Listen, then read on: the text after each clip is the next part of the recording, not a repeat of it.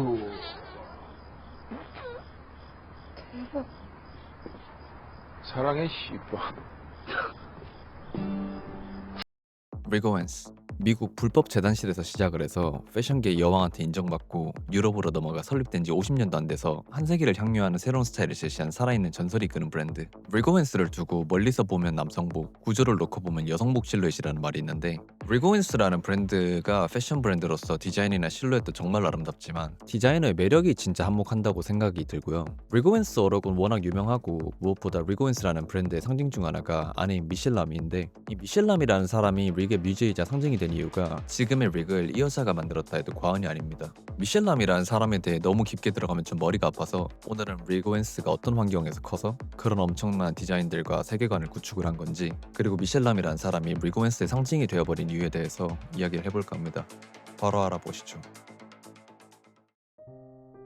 리그 오웬스 인생은 사진 한 장으로도 요약이 가능해요.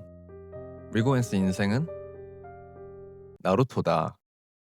일단 시작 전에 이 양반 삶에 대해서 간단히 요약을 좀 하자면, 나뭇잎 마을에서 태어나 양성애자라는 성 정체성을 가지고 다른 하급 닌자들한테 왕따를 당했으나 강해지기 위해 여러 방식의 수련을 거듭하고 상급 닌자가 되어 임무를 수행하던 중 히나타를 만나서 미친 수행을 거듭하여 호카게가 되고 자신만의 개쩌는 마을을 꾸렸다. 이렇게 정리가 됩니다. 리그 오웬스는 1961년 미국 캘리포니아에서 태어났고요. 이 양반 이름이 너무 길어서 편의상 지금부터 릭이라고 그냥 부를게요. 사회복지사인 아버지와 교사 어머니 밑에서 자랐는데, 릭 집안이 그렇게 형편이 넉넉한 집안은 아니었어서 어머니가 여러 일을 하셨었는데 그 중에 재봉사 일도 하셨었다고 합니다. 지금부터 좀 중요한 얘기니까 머리에 받고 가시면 좋을 것 같은데, 릭의 가정은 일단 보수적인 가톨릭 집안이었고요. 릭 부모님께서 문화적 소양을 정말 중요하게 강조를 하셨고, 여기서 한 가지 정말 중요한 건 릭은 양성애자입니다. 이걸 디폴트 값으로 머리에 심고 가야 전반적인 이 사람 세계관을 이해하기가 좀 빠르실 거예요. 그래서 릭 가정이 얼마나 보수적이었냐, 릭이 16살 될 때까지 집에 TV 자체가 허용이 안 됐었고, 클래식 음악을 듣게 한다거나 문학의 중요성 강조를 워낙 하시다 보니까 집에 문학 작품들이 정말 많았다고 합니다.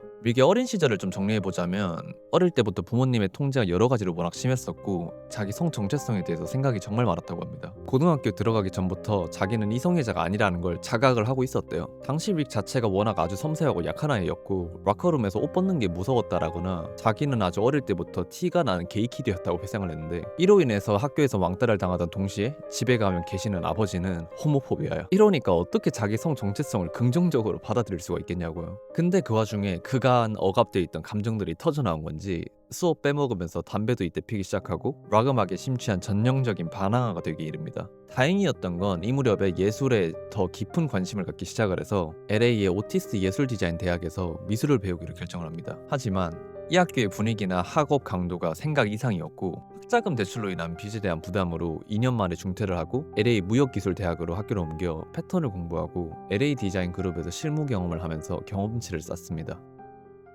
여기서부터가 좀 중요한데, 대학을 졸업하면 뭘 해야겠습니까? 돈 벌어야겠죠? 릭이 대학을 졸업하고 처음으로 취직한 곳은 노거하우스라는 곳이었는데요. 여기가 하이엔드 브랜드의 최신 컬렉션을 사서 분해하면서 패턴을 카피해서 저렴하게 생산해서 유통하는 그런 곳이었어요. 이때 경험을 릭이 회상하길 디자이너 지망생들에게는 명품을 뜯어보면서 실물을 분석할 수 있는 귀중한 기회였는데, 창의성이 없는 카피, 생산 위주의 삭막한 현장이었다라고 함과 동시에 그곳에서 배운 게 나의 기본이었다. 기본을 알아야 뒤틀 수 있다라고 복제가 자신의 독창성을 가능하게 한 원천이라고 말을 했고요.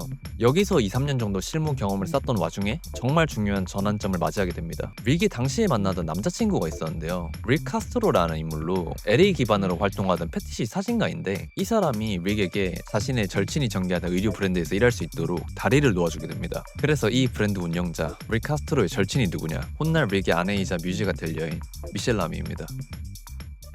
당시 미셸 라미는 LA에서 꽤 유명한 인물이었고, 재밌는 건 이때 이미 미셸 라미는 뉴턴이라는 사람이랑 결혼해서 애도 낳았어요. 릭은 미셸 라미 자신의 이름을 딴 브랜드 남성복 라인에 취직을 해서 90년도쯤부터 패턴 메이커로 일을 하게 됐는데, 근데 같이 일을 하다 보니까 본능적으로 느낀 거예요. 단순한 비즈니스 파트너가 아니고 서로에게 운명적인 사람이 될 관계라는 걸. 그걸 깨닫고 릭은 당시 릭 카스트로와 헤어지고 미셸은 뉴턴과 이혼을 합니다. 이렇게 된 일화가 디깅하다 보니까 좀 나오던데, 릭이 어느 날 술에 취해가지고 미셸 람이 집에 집문 두드리고는 난 당신한테 반했고 당신도 나한테 반했다라고 고백을 한 일화가 있었다고 하고요. 그 대박. 사랑해 씨발. 그 외에 흥미로웠던 건 릭이 미셸 라미를 만나기 전까지만 해도 남자친구만 만났었대요. 즉 미셸 라미가 첫 여자친구이고 아내가 된 겁니다. 이 당시 이런 연애사뿐만 아니라 커리어적으로도 정말 중요했는데 릭이 라미맨에 입사해서 패턴 메이킹이랑 샘플 제작을 하면서 실력을 길렀었는데 그때 옷들이 잘 팔리면서 이제 자기 이름을 택에 박아도 되겠다라는 자신감을 얻게 되고 92년도에 처음으로 자기 이름을 라벨에 박아봤다고 회상을 하더라고요. 근데 중요한 건 이건 브랜드 런칭은 아니고요. 라미맨에서 일하다가 남은 짜투리 원단으로 만든 실험용 의류에다 박았다는 것 같은데 리고엔스의 프로토타입이라 보시면 되고요. 공식적인 설립 연도는 94년입니다. 더 깊게 들어가 보자면 라미맨이라는 브랜드가 리고엔스 0.5 베타 버전인 셈인 거예요. 여기서 릭이 배운 걸 전부 쏟아내고 있는 곳이 훗날 자기 이름 건 브랜드인 리고엔스에서 하고 있다고 보시면 됩니다. 근데 그렇다고 라미맨에서 처음부터 잘했냐? 그렇다고 말하기엔 좀 애매해요. 릭이 라미맨을 뉴욕에서 처음 선보였던 당시의 반응이 어땠냐면 WWD나 주요 매체에선 이건 고급 패션이 아니라 싸구려 야한 팬티쇼다, 너무 캘리포니아스럽고 포르노 같다라는 질타를 받던 동시에 미셸 람이랑 LA 언더의 패티시 게이 커뮤니티에서는 어느 정도 수요가 좀 있었대요. 언더웨어나 패티시를 메인 패션으로 올린다거나 퀴어나 언더그라운드 커뮤니티를 캐스팅하는 세계관, 군복에 들어가는 블랙, 올리브, 그레이 같은 색감, 스케치 없이 패턴 구조에서부터 옷을 생각하며 패턴으로 몸을 조작하는 듯한 실루엣 등 라미맨에서 실험하면서 보여줬던 걸 미국에서 패션의 본고장인 유럽으로 넘어가서 훨씬 더 스케일에서 확장하고 있는 게 리고엔스라고 보시면 됩니다.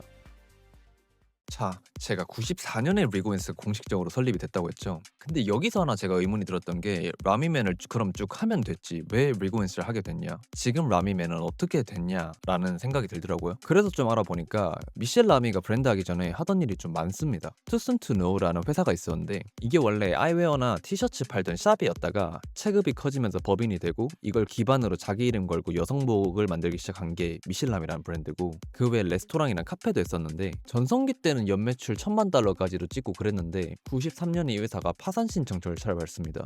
이때가 어떤 때였냐? 캘리포니아에선 방위 산업 구조 조정으로 일자리가 10만 개 이상 증발해버리고 90년도 초엔 부동산 버블이 터져버리고, 그러니 소비자들 소비가 위축이 될 거 아니에요. 그러니까 리테일 업들이 전반적으로 무너지고 거기에 엎친 데 덮친 격으로 미셸 라미 이혼 문제까지 아주 그냥 억까 파티였던 거예요.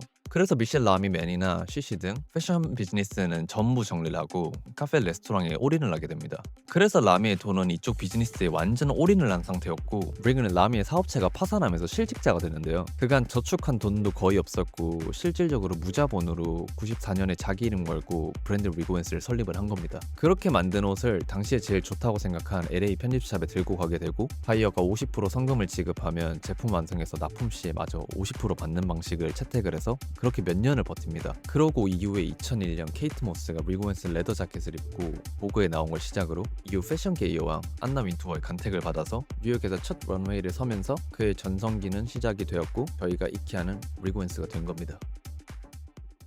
릭 탄생 시점을 좀 더 세세하게 가려니까 이 영상이 너무 루즈해질 것 같고, 이번에 제가 쉬면서 좀 생각을 계속 해왔던 게 이번 영상부터는 브랜드 영상을 좀 쪼개서 업로드를 할 생각입니다. 원래 영상 분량을 좀 진짜 과감하게 줄이거나 입문편, 심화편으로 나누려고 했는데 뭐가 심하고 뭐가 입문이냐가 되게 모호한 것 같고, 전 소비더머니나 셜록 현준 애청자로서 좀 디테일한 게 빠지면 아쉽기도 하고 분량 줄이는 게 제 성격상 도저히 안 될 것 같아서 차라리 디자이너의 성장 과정 및 창립 배경과 브랜드의 역사적인 순간들 좀 이런 식으로 쪼개서 올리는 게 보시기에도 좀 낫지 않겠나 싶기도 하고, 저도 이게 더 편하고 피로도가 덜합니다. 근데 그런 거 치곤 지금 영상 분량이 산으로 갔어요.